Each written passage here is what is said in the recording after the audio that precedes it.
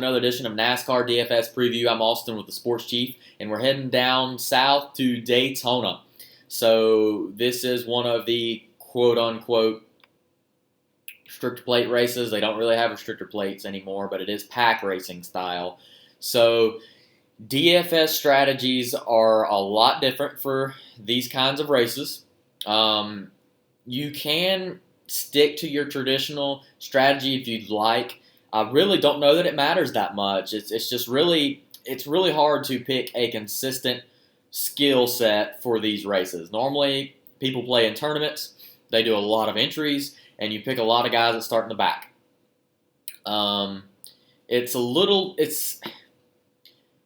History is important. I was just trying to think of different things to say. History is important, but not as important as the other tracks.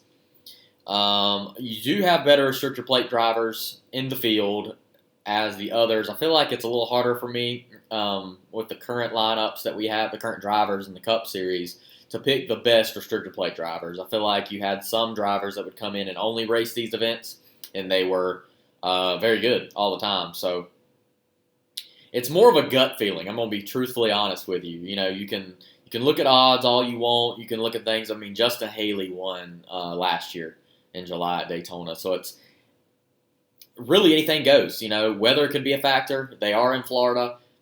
So yeah, I'll show you what my strategy is. May even walk through some cash game strategies as well. So let's just go ahead and see what DraftKings has to offer for us in terms of pricing. So let's check it out. Let's see here. So Chase Elliott is starting in 27th. He is our most expensive driver at $11,000. Denny Hamlin starting in 10th at $10,400. Of course, he won the Daytona 500. Kyle Busch starting in 11th at $10,200. And rounding out our 10K guys, only 4. So starting in 9th is Ryan Blainey at $10,000. DraftKings knows that pricing is not that important in these things. And you don't necessarily have to utilize all your strategy.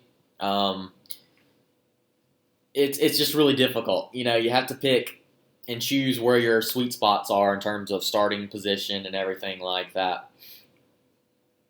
Looking through our lineup, you know, we can scroll through here, and as you can see, Keselowski, Logano, Harvick, all the big top drivers are starting up front except Chase, really.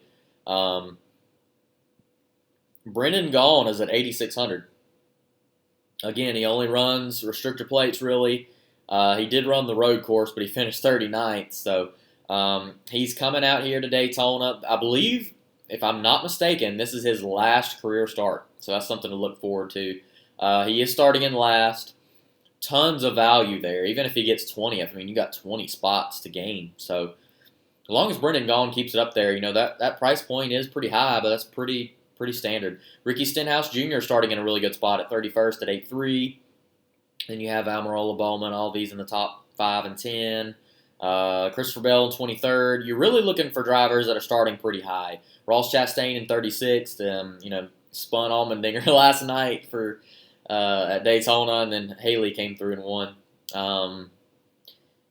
McDowell 26th. The Benedetto's racing for a playoff spot. John Hunter Nemechek 24th. Let's see here. You really want to pick drivers that are outside the top 20. That's who you want to look for. So Ty Dillon's in 29th, Priest 28th, Suarez 30th, and then you have all your lower tier drivers with Gase 37th. LaJoy starting pretty high in 25th. May hurt his ownership a little bit. And then Yaley Hill, so on and so forth. And so looking at this, here's what I'm going to do.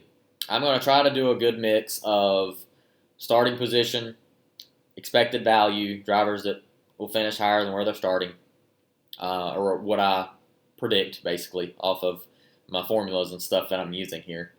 And then I'm going to go with gut. So I think you have to do a mix. This is definitely my tournament lineup that I'm going to do first. I may just do a quick couple cash game options, but we'll see. Probably going to be entering a lot of double ups this week. I get really nervous playing these, so I don't really want to. I'm a one entry kind of person. I normally do not do multiple entries, so let's just see what we got here.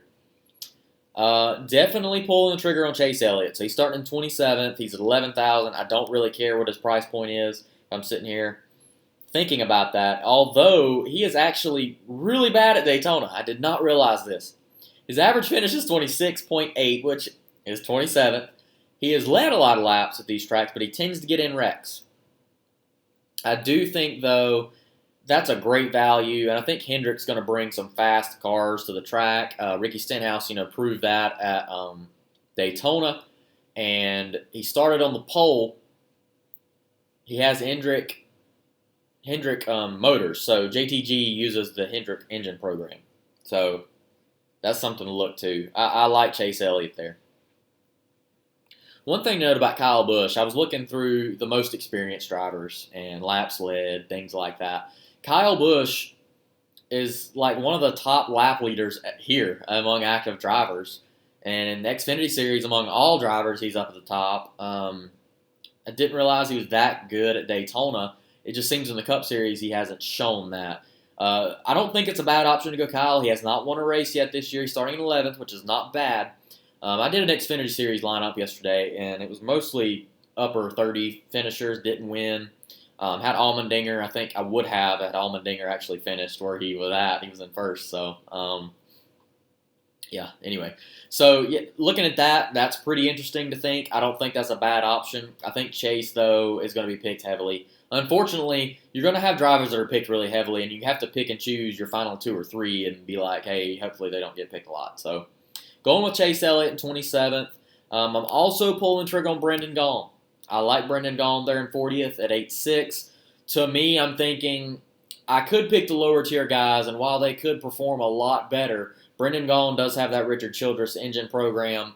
He's got a lot of experience at the plate races, and he actually runs pretty well. I still think he's going to keep it under. I think he'll be smart, basically. I could see him getting the top 20 pretty easily, and looking for him to hopefully get a good finish here. His average finish at this track is 19th, which is pretty solid, honestly, being that he's never really ran for a top-tier program. He ran the 77 car back for Penske years ago, but it wasn't like the Penske now. It wasn't like the Wood Brothers car, put it that way, that the Benedetto's in, like the sister programs. But anyway, like Brendan Gaughan there at 7.6, and I'm also pulling trigger on Ricky Stenhouse. And I know if you're watching this, you're thinking, man, he's going with a lot of high ownership drivers, and unfortunately, yes, I am. I feel like that you have to go with these 3. Definitely in a cash game strategy, but I'm going to implement them in a tournament strategy as well. I just feel that the point return would be too great, and if you don't have these drivers in your lineup and they perform well, you're not winning. You have no chance. Think you may have a chance if you get lucky with some of these others. So that leaves us with $7,300 to spend, average salary, which is not going to hurt us that much in the long run.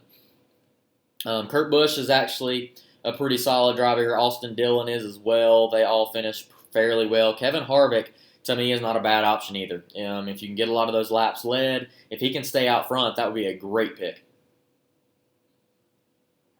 And then the Penske cars, too. They're traditionally very good, with Keselowski, Logano, and Blainey. But they're traditionally pretty solid at this track. It's just I don't think I'm going that route today. What I am going to do, one thing that I did note, I was looking for playoffs. So this is a cut race, right? So this helps us determine who's getting into the chase. Or I guess they don't call it chase anymore, but the NASCAR playoffs. So my thinking is that William Byron and Jimmy Johnson will get in the playoffs. I don't think Matt DiBenedetto will get in. I know Byron, as of right now, is in, and then DiBenedetto is 16th. Jimmy Johnson's on the outside looking in. I don't see Jimmy not making it. I think this is something that NASCAR, I know it sounds really bad. I think NASCAR is going to do everything they can to get Jimmy Johnson in the playoffs. So I'm actually picking Byron and Jimmy with the simple fact that I think both of them will finish higher than where they started. I do think they'll be up front for most of the race. I think Chase Elliott will get up there really quick, and I think Ricky Stenhouse will be up there quite a bit. So Brendan Gaughan is kind of like my driver that, hopefully he just dodges some wrecks, and I've got to go with another one here, unfortunately. So I'm down here at McDowell and lower. Joey Gase, gives you a lot of value. He actually finishes in the 20s on a regular basis here at Daytona.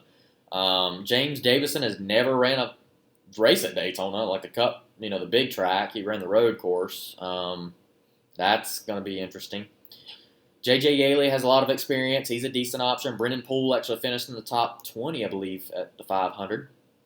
LaJoie will probably keep it on the track. LaJoie's future, though, is up for – I don't know how that's going to work out to go fast and everything. Suarez in 30th. I wanted to go Suarez, but the thing is, Suarez has to have a lot go his way for him to make the playoffs. Even if he wins the race, he may not get in.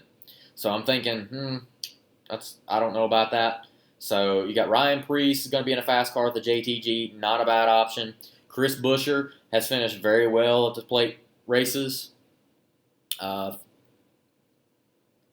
to think, his average finishes, he's got like 3 top 10s, I believe, in his 9 starts or so.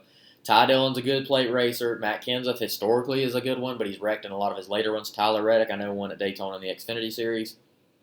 One driver I'm going with that I hope a lot of people don't is John Hunter Nemechek.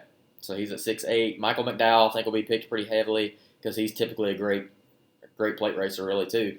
But John Hunter Nemechek, one thing I was looking at, he's starting in 24th, but his average finish in the Xfinity Series on plate races is like 11th. So that's pretty solid for me, and I think Nemechek can, come out with a good finish.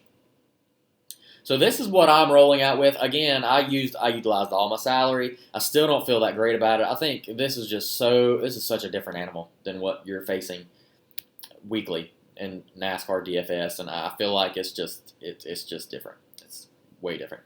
So if I'm looking at a tournament strategy, which that was partially tournament, partially cash. Sorry, if I'm looking at a cash strategy, yes. My lineup I just put up there was a mix of both. So you're going with Chase Elliott. You're going with Brendan Gaughan. You're going with Ricky Stenhouse. You're definitely going with Ross Chastain, starting in 36. That's a Chip Ganassi engine program there with 77, even though it's, I guess, technically Spire Motorsports. You have $7,500 to spend, and I think you end up going. To me, I think you go Joey Gase, and then you have $9,500 to spend. And who's the best value? Scrolling through here, it looks like that you would probably go with Ty Dillon or Suarez. So there is a good cash game double up type thing that you could get a lot of points on. So there you have it. But yeah, I'll just go ahead and clean up the lineup that I'm rolling out, which would be Chase Elliott in 27th.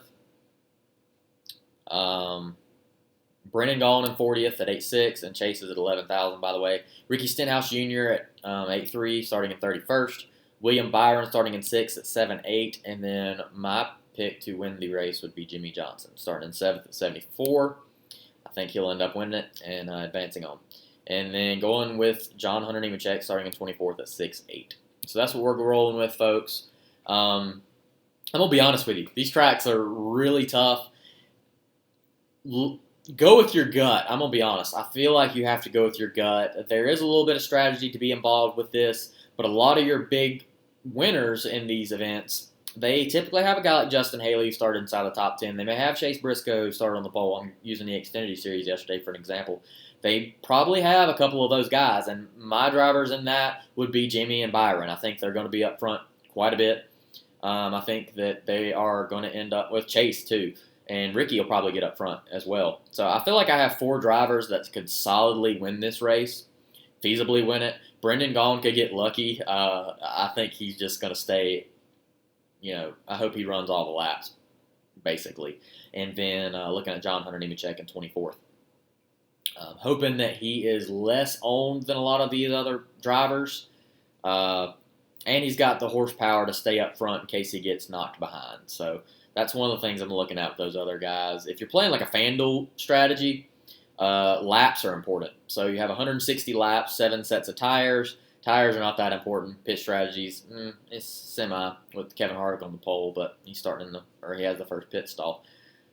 But yeah, in DraftKings terms, this is the best option I can roll out with. That's what we're rolling with Sports Chief. So best of luck to you with the Coke Zero Sugar 400, and we actually have the truck race tomorrow, so we'll have a big race weekend little unorthodox. But best of luck to you at Daytona. I hope your lineup does well, and let's keep on turning, and let's head into the playoffs next week.